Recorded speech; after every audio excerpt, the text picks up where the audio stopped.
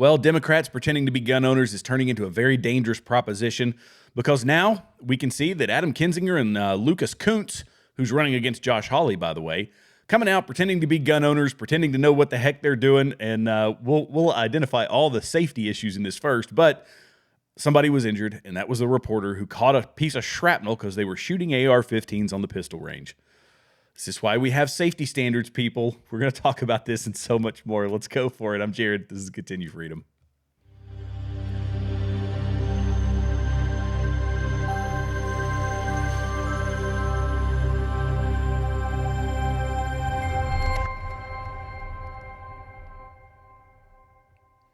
Okay, welcome back to Continue Freedom. If this is your first time here, welcome aboard. If you're a returning guest, thank you so much for coming back. I truly appreciate y'all. Y'all are the ones that are helping us get this channel moving in the right direction, despite the algorithm and YouTube not being super friendly with people that talk about the stuff I talk about. Anyway, hit the notification bell, hit that subscribe button, and that way you're notified every time a new video is released, or at least most of you will be notified. Let's talk about Adam Kinsinger, who's a former GOP representative, Adam Kinsinger, out with the guy who's running against Josh Hawley in Missouri at a gun range, and oh boy, it did not turn out well. So this article was actually covered by let me find it. I just lost my article there, from the Washington Examiner. This is how they wrote this up. So a reporter was struck by shrapnel during an event at a Missouri shooting range hosting former GOP rep, and we got to put that in air quotes, GOP. He was never a Republican. He is not a Republican. He is a Democrat through and through. And Democrat Senate candidate Lucas Kunce. Kinsinger was campaigning alongside Kunce at a private residence in Holt, Missouri, where the two shot AR-15s. While Kunce was shooting at targets, KSHB 41 reporter Ryan Gamboa was struck in the arm by a ricocheted bullet fragment causing significant bleeding. Yeah, of course it does. This is dangerous business out here, pretending to be gun owners, pretending to be actual men.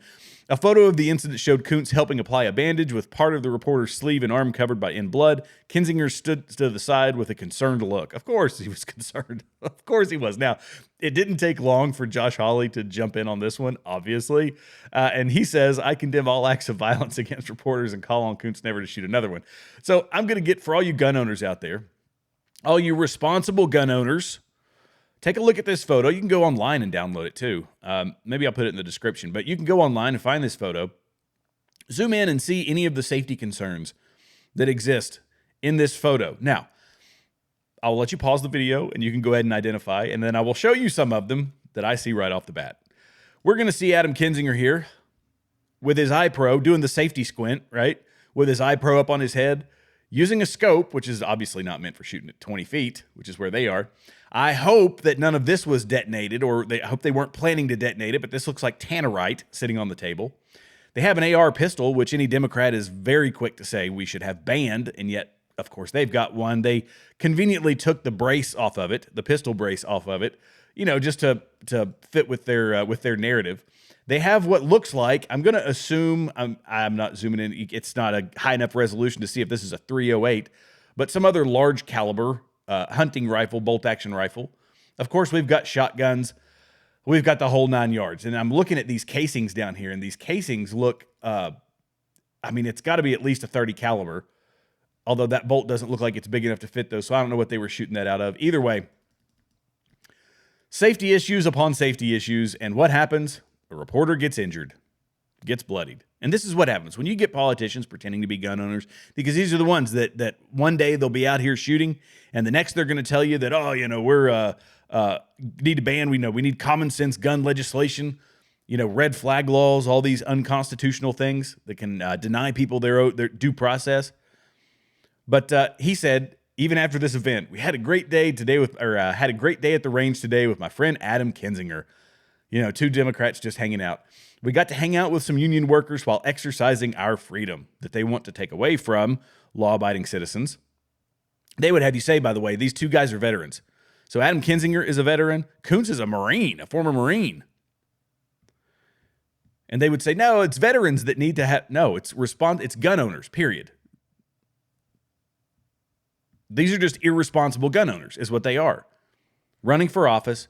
And when they try to be actual people, when they try to, prove their manliness, prove their proficiency with firearms, people get hurt. This is not good. It's not good. And Kunce was the one. It wasn't Kinsinger who shot. It was Kunce who shot, and Kunce who wounded the guy, and Kunce who probably just ended his Senate campaign, because this is gonna, oh boy, the internet's not gonna be friendly to him. Now let's skip over to talk about the military. The military is, as a 20-year veteran myself, I love the military, but there are certain laws that we have on the books that limit the use of our military, of our active duty military on American soil. There are exceptions. There are options for it to happen, but there's a lot of rigmarole that goes through it. National Guard is a different story. But listen to what the Harris campaign has said. By the way, the Harris campaign, who says that Donald Trump has vowed to use the U.S. military against American citizens. Look, when they say something, and I say this repeatedly, when they say something, look around.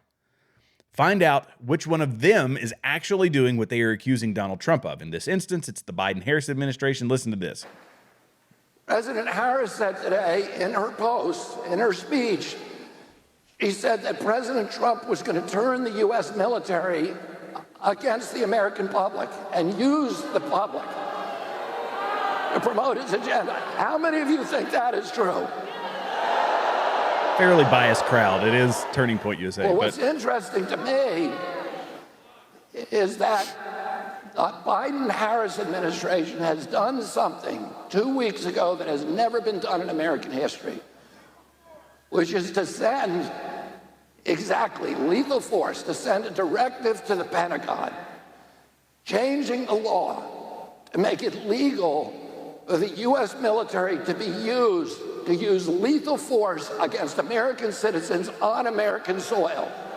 And you say, wait, that can't be true. That's conspiracy theory. That's conspiracy theory. Incorrect. DoD Directive 5240.01 allows for just that. The U.S. military to use lethal force against American citizens on American soil. This is unprecedented, and yet this is what they say Donald Trump is going to do. Donald Trump's going to do this. Be afraid of the boogeyman, but don't pay attention to the DoD directive that does just that we sent to our Department of Defense. The Biden-Harris Department of Defense says, yeah, of course you can use lethal force against American citizens. What if they have the wrong political opinions? What if there's a demonstration? Not to mention that if it's, obviously in Democrat strongholds, or if it's in, more BLM riots or Antifa riots that we'll see after Donald Trump gets elected. No, we wouldn't dare use them against them. That's peaceful protesting. That's the voice of the unheard. Riots are the voice of the unheard. But if you're saying, hey, this election was rigged, or hey, why do we have 100,000 more people voting in this city or in this state than we have registered voters? Hey, pay attention to us. Let's go out and demonstrate unarmed. Well, we may need to use lethal force against those people, because that's the real threat to democracy. This will be leveraged in a partisan way, guaranteed. If it's a Biden or if it's a Harris win, this will be leveraged against the American citizens who come out and say this was rigged. When there is evidence, Elon Musk has already said, look, if there's election interference, if you get anything on video, if you get any photos, none of it will be censored on X. It will all be allowed to flow and let people make their own determinations. When we see that, there will be demonstrations, guaranteed. There's going to be demonstrations one way or another. Antifa, the militant wing of the left, will be mobilized if Donald Trump wins. Cities will be in chaos if Donald Trump wins. If the Democrats win, there will be demonstrations. But you know what? You know what never happens? Republicans never burn down cities. Conservatives never burn down cities. People who love America want to preserve our cities, want to improve the footing of our cities. We don't want to burn down small businesses.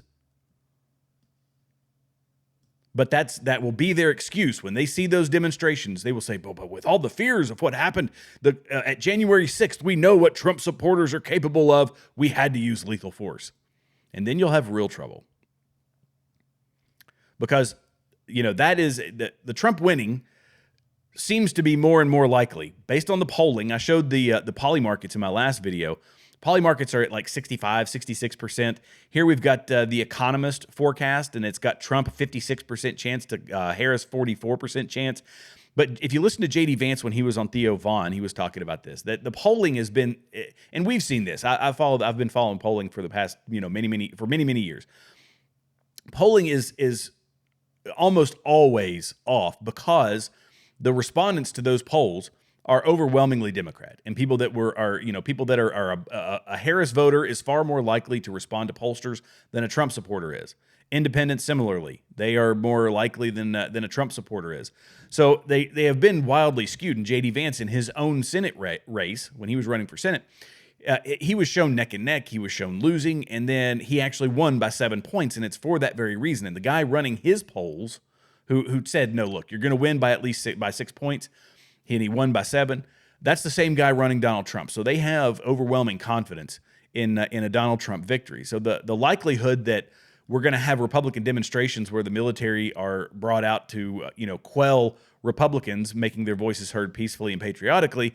What's far more likely is the militant wing of the Democrat Party, i.e. Antifa and BLM, being activated after a Donald Trump victory and cities being burned to the ground. That is far, far, far more likely.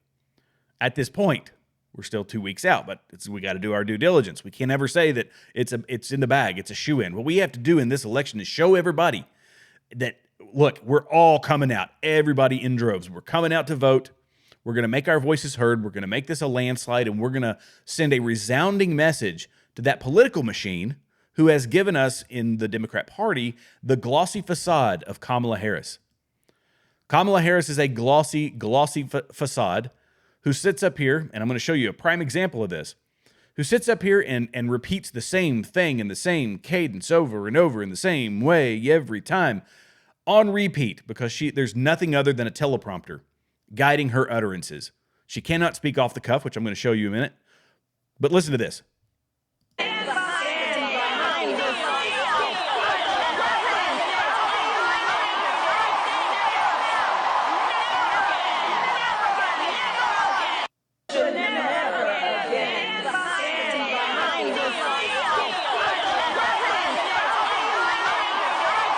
That's 9 Kamala Harris speeches, 9 different locations, all the exact same. The exact same. There is no off the cuff. There is no ad lib. There is no personalizing the voter. There is no speaking to the actual crowd. It is repeating what is in front of us, and anything outside of that is impossible for her. And we see it in her interviews when she's pressed. Of your beliefs, what you believe in. Let me ask you this question, very broadly speaking here. Sure. Do you believe that transgender Americans should have access to gender-affirming care in this country? I believe we should follow the law. I mean, I think you're probably pointing to the fact that Donald Trump's campaign has spent tens of millions of dollars. They're trying to define you on this. Yes, I'm asking you to define yourself, though. Just broadly speaking, what is your value? Do you believe they should have that access? I believe that people, as the law states, even on this issue about federal law, that is a decision that doctors will make in terms of what is medically necessary. I'm not going to put myself in the position of a doctor, but let's also understand that Donald Trump is running tens of millions of dollars in ads to talk about 2 cases, to distract from the fact that his policy and plan is also to take away the Affordable Care Act, which provides health care for tens of millions of people in our country. That his plan... So she can't even answer the actual question. Define yourself on this issue. Where do you stand? Give me your perspective on this issue. Donald Trump. No, that's not what I'm asking you. Donald Trump. That's what I've been told to say. And there's several other examples here. Listen to this one. This is unbelievable. Let's pull this one up here. Here we go. This is Anderson Cooper. CNN is actually starting to press her on some issues. But Well, let's talk about Donald. Is a border wall stupid? Well, let's talk about Donald Trump and that border wall. So remember, Donald Trump said Mexico would pay for it? Come on, they didn't. How much of that wall did he build? I think the last number I saw is about 2%. And then when it came time for him to do a photo op, you know where he did it? in the part of the wall that President Obama built. But you're agreeing to a come bill on. that would earmark $650 million to continue building that wall. I pledged. She says, "Oh, that silly border wall," and then he says, "But you signed a bill that would earmark over $600 million to help build that border wall." That I am going to bring forward that bipartisan bill to further strengthen and secure our border. Yes, I am, and I'm going to work across the aisle to pass a comprehensive bill that deals with a broken immigration system. I think Jackson's question, part of it was to acknowledge that America has always had migration, but there needs to be a legal process for it. There is a legal process for it. You have just opened she has opened the entire border, and she has been the border czar for the past 3.5 years. This is how this works. She's saying, I didn't do it in the 3.5 years that I was assigned as the border czar to fix the border. But if you give me a promotion to president of the United States, then I will do all the things that I was supposed to do as the vice president and the border czar, and then some. Promote me, even though I haven't done the job that I was assigned for the past 3.5 years. This is how we know this is a facade. She says the shiny thing, she says the stuff that sounds good, but she is fake, all the way through. Fake. And then she stumbles when she's pressed on something. Look, this is, again, talking about the border. This is Telemundo. Listen to this. Talking about border security, and there's no Democrat talking about pathway to citizenship, and immigration relief, and the benefits that migrants bring to this country. Oh, but there's no question that migrants bring. America is a country that was built in part by immigrants. But people are concerned about their TPS, their DACA, we're talking about mass deportations. I'm not talking about. What do you stand on mass deportations? What's your stand there? We need smart, humane immigration policy in America. Golly. She cannot function off a teleprompter. She can't do it. And yet millions of people are still going to vote for her. Simply because she isn't Donald Trump. But she is a glossy facade given to us by our overlords, the ones behind the strings, the deep state, working the puppet strings, working her mouth. There's a hand up her backside, and there's two hands moving her arms. This is what we're trying to get away from, and that's why we have, I say that the too big to rig is very important for us. It's important because we need to I know that so many people out there, they don't trust the political establishment. They don't trust politicians. We can look at the approval ratings for Congress. It's like 20, 30% at best. And so some of them say it's like 15, 16%. Nobody trusts our elected representatives. Nobody trusts our political system. And it takes the outsiders. Those are the ones that get overwhelming support. The ones who challenge the system and who risk themselves in a lot of instances, like Donald Trump, to work inside that system to fix it from the inside. We need to show people that that's who we support. We don't support the political establishment. We don't support the ones who get their jobs by sleeping with politicians and sleeping their way through politics, like Kamala Harris. We support the people who know how to build something, who know how to lead, and who have our actual best interests at heart, and who can tell you the plan on how they're actually going to do it. Oh, boy. Okay, so the last thing that I'm going to show you is something funny, honestly. And whoever would have thought it, but Vivek Ramaswamy coming out as he's campaigning. Obviously, he's campaigning for Trump. Rapping, which I thought was wildly entertaining. And it was he was kind of comparing himself. He said, "Come on, Barack. If you're going to do it, might as well do it right." Barack Obama recited some of the words to this Eminem song. And listen to this. This is amazing.